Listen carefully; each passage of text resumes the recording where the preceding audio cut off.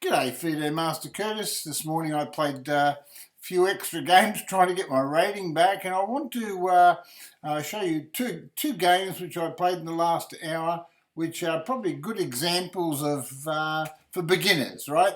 And how to play certain positions.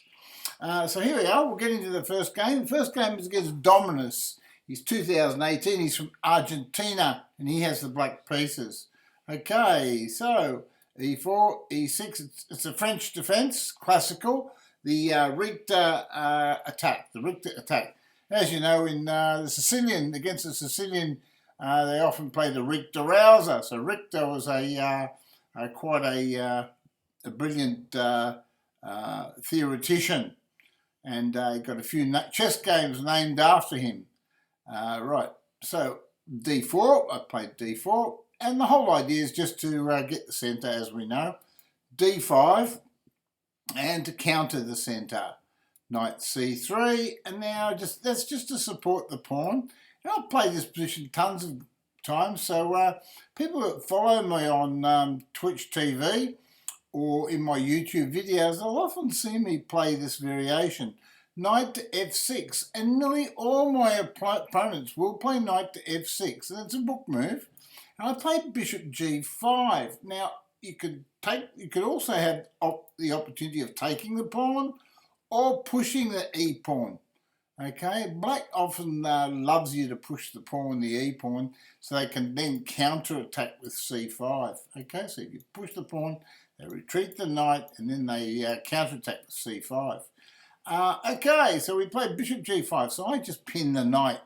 And I do this all the time, and often they'll just develop the bishop and get a piece working, which is a book move, preparing to castle, and they've got a safe, solid game. So I take the knight, and that's my book move. This is my Richter attack. They take with the he took with a pawn. Well, they don't normally take with a pawn. That's an inaccuracy. Now, you would think that the correct move here, and I'm sure it is pawn takes pawn. We'll have a look at it. I never played that move. Being a blitz game, I just expected my opponent to capture with the bishop. So I immediately then just played knight to F3, right? But what I probably should do is this. Yeah, star move. I thought so. So the engine says yes. When he recaptures, he's stuck with double pawns, okay? So we just go back there. Go back. I played knight to F3, which is an inferior move. He played C6, and now black's got a beautiful game. I like black's game. But it says white's got the advantage. So I played queen to D3, and engine says it's excellent. It's almost as good as the book move, bishop to D3. Almost as good. But the reason why I moved my queen there is because I clear... by moving the queen here, I clear this area for a rapid castling, and black's got to formulate his plans within 5 minutes. That's right. So within 5 minutes, that's all he's got in the game, or less than that now, 4.5. He's got to. So my idea is to rapidly develop and put the pressure on him to come up with ideas, and that's what he has to do. So he played queen B6, and I thought, well, great. Oh, that doesn't attack anything. So, but it is the best move, star move. So I castled queenside, and I thought, well, that protects my B pawn, right? My B pawn's now protected by the king, and I brought my castle into the centre of operations, the central squares. He played knight to A6, and I thought, that's a strange move. And I thought, well, maybe he wants to play knight here or something like that.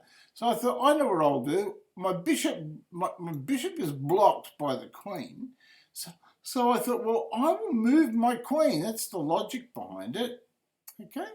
And also my queen could then transfer to the king side and cause trouble down here. So it's a dual-purpose move. And in chess, that's one of the lessons I'm showing you here today. Try to find those dual-purpose moves, or moves that are not now, but could be a double attack. He developed the bishop with bishop d7. I thought, well, I might as well take the knight and clear my two castles. So I got all my heavy material working efficiently. Now he played B takes A6, and straight away I thought that's bad. But here, what I did notice is, yes, it opens up the B file. He wants to play a move like this. But I realised I can still play pawn here, and I've got a very, very strong attack anyway. And I could see things opening up near the king. I was envisioning if pawn takes pawn and pawn takes pawn, if I had a rook here, I would then have a checkmate down there. Right, can you see that? Right, so I thought if pawn takes pawn and he recovered, I could play queen takes bishop check, mate, except it's not mate because I haven't got a castle here. So what move did I play? Well, I put the castle there, didn't I? So now I'm actually threatening what? Pawn takes pawn. That's correct. Now, he played king to d8, and that's a mistake. He missed it. Pawn takes pawn. Now, he took back with the pawn, this pawn, because he doesn't want to lose his bishop.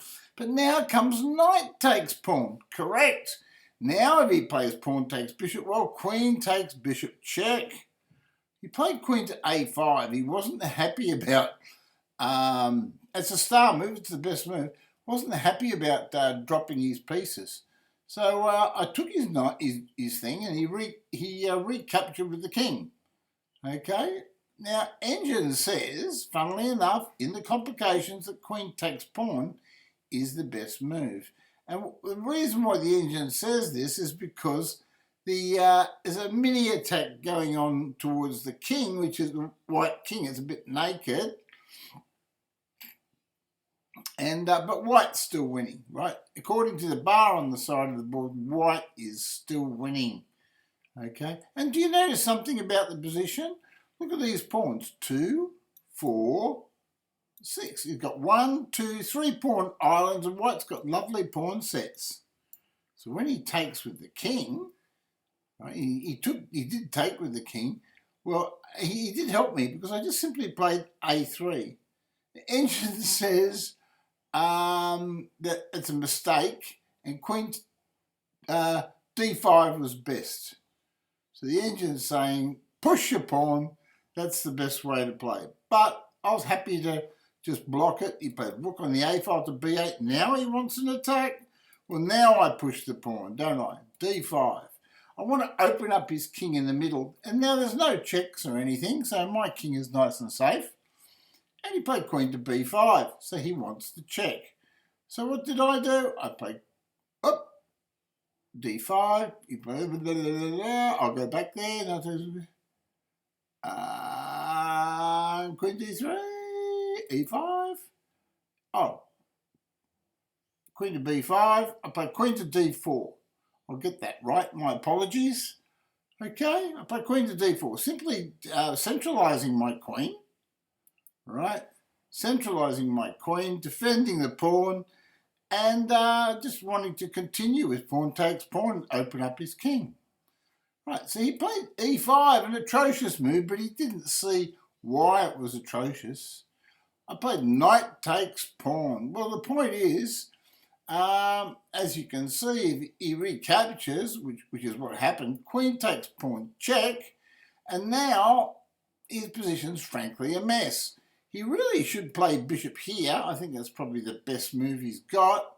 But he played the worst move, king to d8, helped me along. I played queen takes h8 check, king c7, and then I simply played queen to e5 check. It says queen g7 was, it says queen g7 was best. Oh, queen here, but I thought I'm happy with that. He played king c8, my queen's protected, and I just played pawn forwards and showed him my intention was to just give him a check with my queen, right, and bring my other rook down there. And then it was at this stage that he resigned. But what I'm just simply showing you here in this game, and so you can pick up on it, is about the way pieces were developed during the game. You know, like if we just have a look at the game as it goes along. moves like queen to d3, clearing moves. Notice the pawn structure.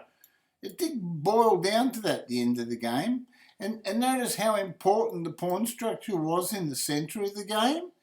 You remember what happened there with those key exchanges. And you will remember that this is why you examine all checks and examine all captures. And I failed there at that stage. After queen to b6, I castled. He played knight to a6, you'll remember. And he played I played queen to e3, which is a great move, queen to e3. The idea is just taking his knight.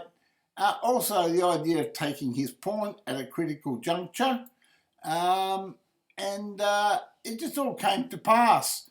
Bishop d7, bishop takes a6, bishop takes a6, and then that vision of how to destroy his central structure with pawn takes pawn, and preparing it with rook on the h file to e1.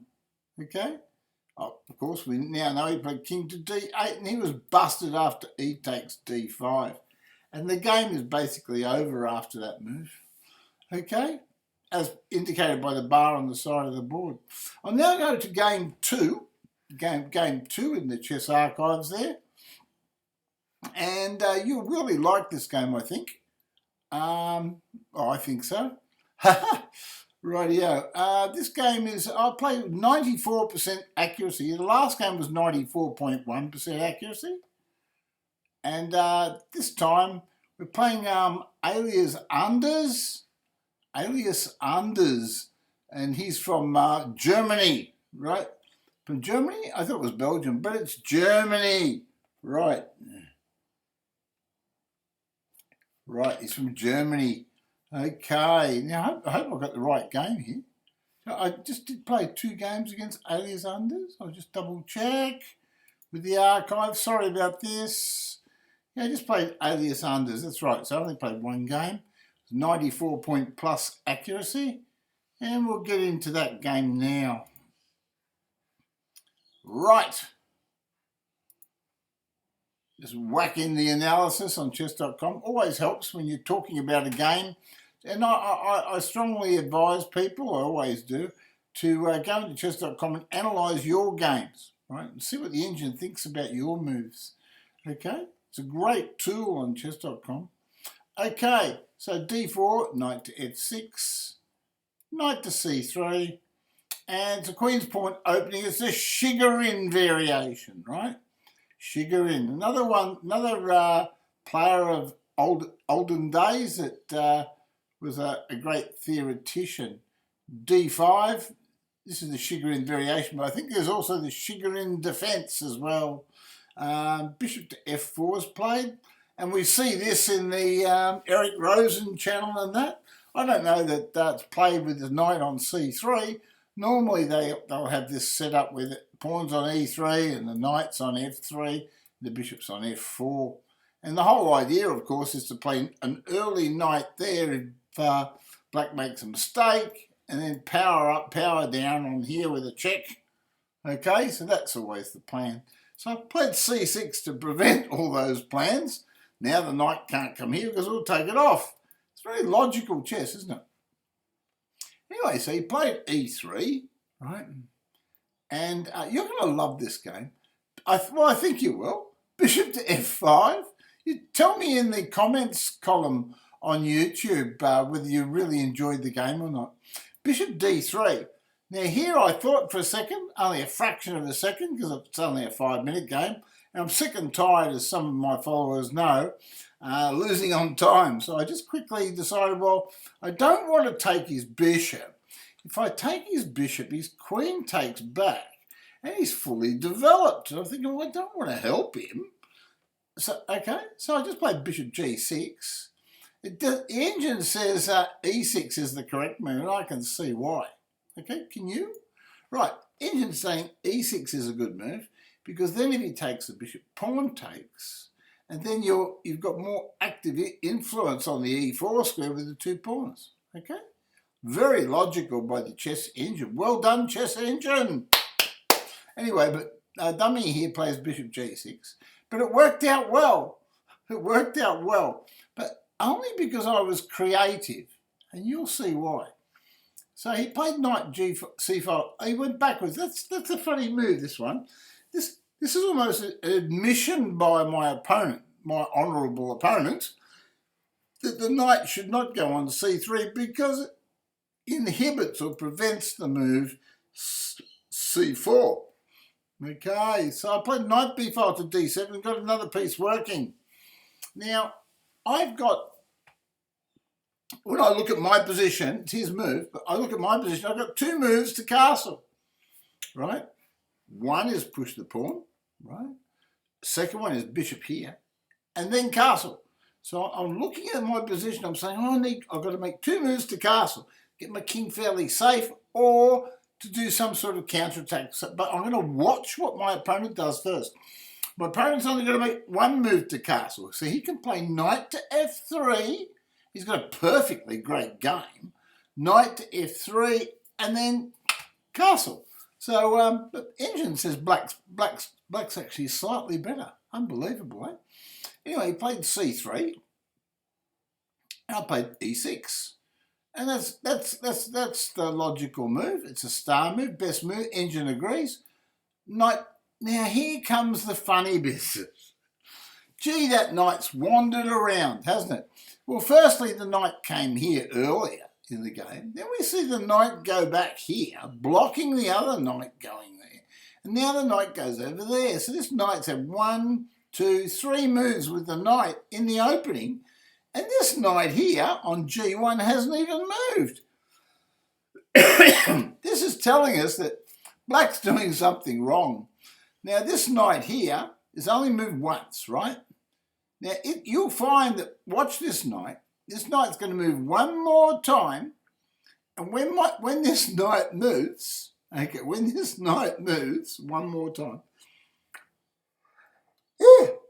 when that knight moves one more time, this knight here is going to take it off. So he's had 1, 2, 3, and then when he takes it, he's had 4 moves. This knight here has only had 2 moves. So I gained 2 moves, theoretically. Does that make sense? Anyway, I played queen b6. I thought, well, I knew I couldn't play e5. I can't play e5, right, because he's stopping me doing that. But he's nonsense. I'm not happy about that. So I thought, well, I'll just try to do a little distraction on the other side of the board, and then maybe I can just play c5. So I'm looking at queen here. He might play queen here. And at some stage, after I complete my development, I was thinking of bishop here. But then I can play c5 and just castle and put a little bit of pressure on the centre with the pawns, right? The pawn here and maybe take that off. Just all depends on what my opponent does. So it's reactive chess, okay? Anyway, he took my bishop and I thought, great, I don't mind. I recaptured. Now I've got an open file. All right, semi-open file. It'd be an open file if the pawn wasn't there. But no, there's a pawn there, so it's a semi-open file. But my rook has certainly got a lot more scope than his rook. His rook can't go anywhere. So I've got the pressure. So I was happy about that. So he played queen to b3. He wanted to he thought, hello. He thought, he's got his b pawn attacked, and he wants to nullify that pressure on the queen side. So he thought, oh well, if queen takes queen, the pawn can take back, and then he'll have a rook coming down here like mine. But I thought, oh, I'm not going to be in all that, buddy. So I played knight here. Why did I play knight there? Well, the logic is that I might be able to take that bishop off. I thought, well, if he takes my knight, well, then I can undouble my pawn. I know it's very simple stuff, but I thought I could even take with the rook. And maybe double rooks later on, move my bishop, move my king, double rooks on that little pawn down there. So I thought I'll just leave it all up to him and I'll just play this move. All right, because, oh, by the way, the other thing I was looking at was we're coming out of the opening. Right, we're coming out of this, what do you call it, the Queen's Pawn Chigorin opening, right, with AliasAnders from Germany, and we're almost, I reckon we're just on the early part of the middle endgame. And you say, oh, hold on a minute, it doesn't seem to twig with some people. But this is how I want my beginners to think, my followers to think. I want you to always be observant, even in these advanced positions of the end game. I want you to have a look at structure, pawn structure and piece structure, getting ready for that movement into the end game. Now, there's four types of parts to the game, right? A proper chess game. It's the opening, the middle game, the middle end game, and the end game. And right now, we're in what I call the middle end game. Now you might say, oh, hold on, this is more like a middle game. Isn't this a middle game? Well, yes and no, because we're in a middle end game from the point of view when we're looking at our pawn structures and how we'll come out the end. And I've got my pawns, I've got 2, 4, 6 pawns out of my 8 pawns on white squares. And I've got a bishop, right, an effective bishop on the black squares, which complement the pawns on the white squares. Now his bishop is moving. He can't go anywhere along here because his pawns are blocking him. So his bishop is not as effective as mine. At the moment it looks like his bishop's more effective, but in actual fact, long term, the prognosis is not as good for him. That's what I believe, right? And I stand to be corrected. He moves his knight back, and I think, hello, well, I'm going to take that bishop. So I'll take that off, right? And then I've got a plan, right? He takes with the knight. Why does he take with the knight? Well, he doesn't want to double his pawns. But let's have a look at how many knight moves he's had. He's had 1, 2, 3, 4 knight moves. 4 knight moves, then he went back again, right? So he's had 4 knight moves. I only had, with this knight, I had 1, 2, 3. 3 knight moves. So I'm 1 move ahead with the knight. And his knight's going to keep moving all over the place. Anyway, so he's had 5 moves with his knight. But now this is where, when you look at the position, you look for a move. You're looking for a move to come up with an idea in the game. Now, the engine might not agree with me, but as it is, it works out well. And the engine doesn't always agree with you. Sometimes the engine might not even see it. But I thought, if I can play pawn here,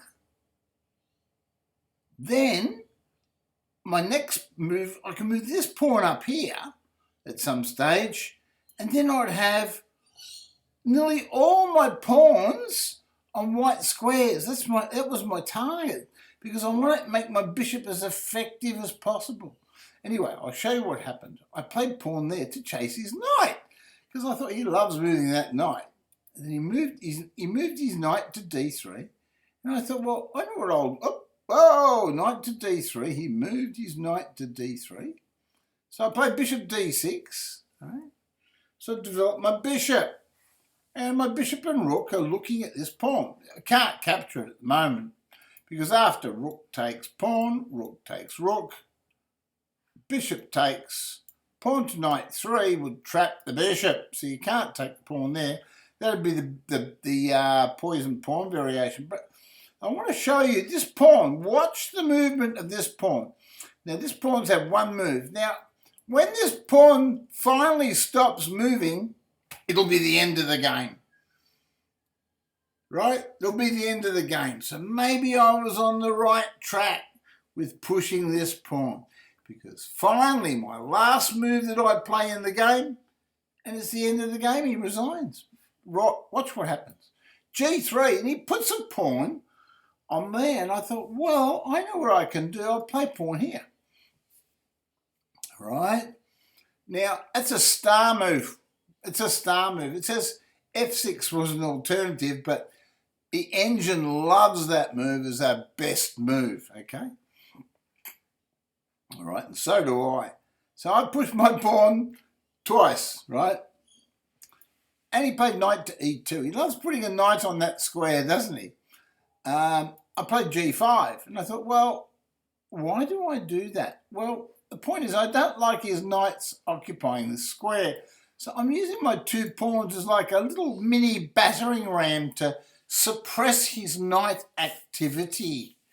Okay, so that's what we're doing. And there's no way that he can effectively attack any of these pawns. And we have like a political détente, if we could call it here, on the queen side. So it might be more prudent for my opponent to take the queen off at this stage, right? And with the idea that when the queens are exchanged, he could possibly play king here and king here, and eliminate his weak H pawn, because it's weak because it's backward. And we'll find out just how weak it is in just a few moves, because the game ends in 12 moves. He plays queen to d1. Why does he play queen to d1? It's because he wants to attack this pawn. Okay? He wants to attack it. So you know what we do? We defend it before he even thinks about it. Well, he thought about it, but now his plan has come to naught. So he played knight on the e file to c1. What a beautiful blocking move that is. And that's what you have to do. When your opponent makes a move, you've got to examine what are the benefits of my opponent's move, right? Big mistake that beginners make is that they often look at what they're doing and they don't examine what their opponent's doing. Now, if you want to find the best moves in your positions, your chess positions, you've got to have a look at what your opponent's doing and reply in kind. In other words, you have to examine if they made a mistake, how to punish it. So if you just go ahead with your plan, you ignore what your opponent's doing, well, you've got missed opportunities, right? So here we go. I play knight to f6. Why do I play knight to f6? Because the knight here on e4 puts pressure on the g pawn, and it also supports this pawn. Okay, and it's also a clearing move, so there's another reason for it too. With the knight going here, that clears the way for this queen to swing across to the king side if necessary. So I add those 2 important words, if necessary, okay? Now, remember his knight here is doing it's a little bit overloaded because he's got to stop the e5 move, and he's protecting this. So this is a good knight. It's a good knight. It's probably one, but his other knight's crap, right? His other knight's crap. You see, if he played queen to d1, if he played queen to c2, he could even possibly have just put his knight in there and moved the other knight here with his queen here. But with his queen here, he can't do that, because if he moved here, he would lose his b pawn, wouldn't he, right? Okay. So knight to b3 he plays. He gets a star move for that. Wow. Best move. But black's still winning according to the bar on the side of the board. And why? Because of that little pawn there. That's right. Just hindering this little h pawn. So I played my knight to e4. I thought that's a nice handy square. Okay. Now really, for practical purposes, he should move his knight back and try to change knights, I would think, at the right time. But he played king to e2, and I thought, I know what I'll do. I'll stick my rook down there. Engine says it's an excellent move, right? It gives me minus 3.36. However, it says just slightly better is castle's queenside. Okay? So the engine likes my move, but I I did it more for psychological purposes and preparation purposes, right? So the preparation purpose is that when I know I'm going to castle, right? The preparation purpose is when I castle, or I might even play king here, right? I don't like that one as much, right? I wouldn't play king here. I like this one because I can go there, right? And that way if I can get here, well, my queen could then slide along here, okay? But my queen can't do that and the king's here, right? Takes me 1, 2 for the queen to slide along over there, okay? Right, so that's the idea. He played f3, which I thought was a bad move, and I thought, great, you know what that does, don't you? Do you remember that pawn move that I told you about earlier? Well, I took his pawn with check, okay, and his king took back. Well, he wants to keep the material equal, doesn't he? Okay, and then I castled. Okay, because he can't stop the pawn check, and I didn't want to give him a square for his knight. See, if I push the pawn with check, I might give him a square for the knight. So I thought, well, he can't stop me doing this. So I'll just do it when I'm ready. Anyway, he played king to g2. And I played rook on the d file to h8. Then he came up with this brilliant move. Queen to e2. He's thinking, I know what I'll do. I'll put my queen in here. Then my pawn's protected. I might be able to play knight here or something. Get rid of the pressure on the knights, or knight here, you know. So Engine says that's a good move. Says knight to d2 was best. Because in other words, he's a bit slow in coming forward. So I thought, well, great. I can see a combination. Can you see a combination in that position? I'll give you a few seconds to find it. And I'll give you a hint. Remember earlier I did say to you that you have a look at what your opponent's doing, right? Before you make your move, because the move you might make could be based on what your opponent's done. Well, my opponent put his queen on e2, right? Well, if you've seen bishop takes g3, you're on the right track. Because if you imagine this knight is here and can't be captured, okay? Imagine the knight's there and can't be captured. Well, you'd be on the queen and you'd be on the rook, wouldn't you, right? Well, the whole idea is after bishop takes pawn, which was played by me, now if he takes the pawn off, right, pawn takes bishop, rook takes rook, rook takes rook, rook takes rook, and at the very end comes king takes and knight takes pawn check, okay?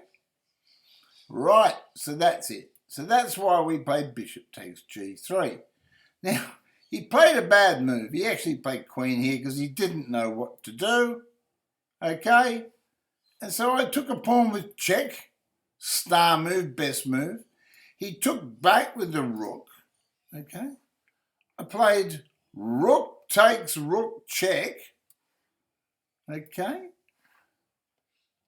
And he played king to g1. And I played queen to c7. He played knight on the b file to c4. He thought, well, damn, I better get one of my pieces threatening something. So he's hoping to maybe take a pawn off or something like that. Okay, so he played that, but then I just played this move. Pawn there. And he resigned. Okay?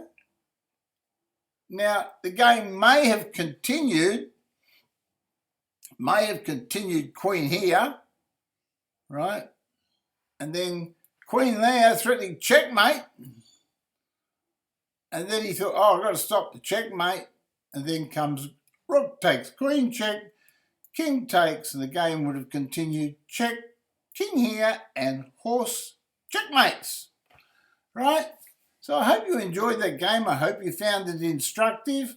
And earlier, at the beginning of the game, or in the middle of the game, I started mentioning the pawn structure. See all the pawns on white squares? See the beautiful effectiveness of the bishop. Remember, we were able to play bishop takes g3 and smash the position completely apart.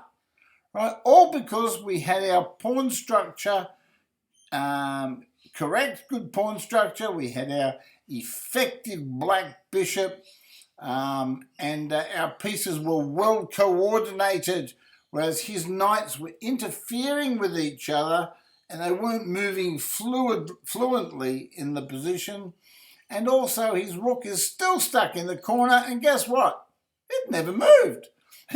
He's never moved this rook. He's never moved that pawn, and he's never moved that pawn. So he is virtually playing a whole castle down, right? A whole castle down. Anyway, I hope you learned something from that. Please thumbs up if you like the video. Don't forget to give it a thumbs up.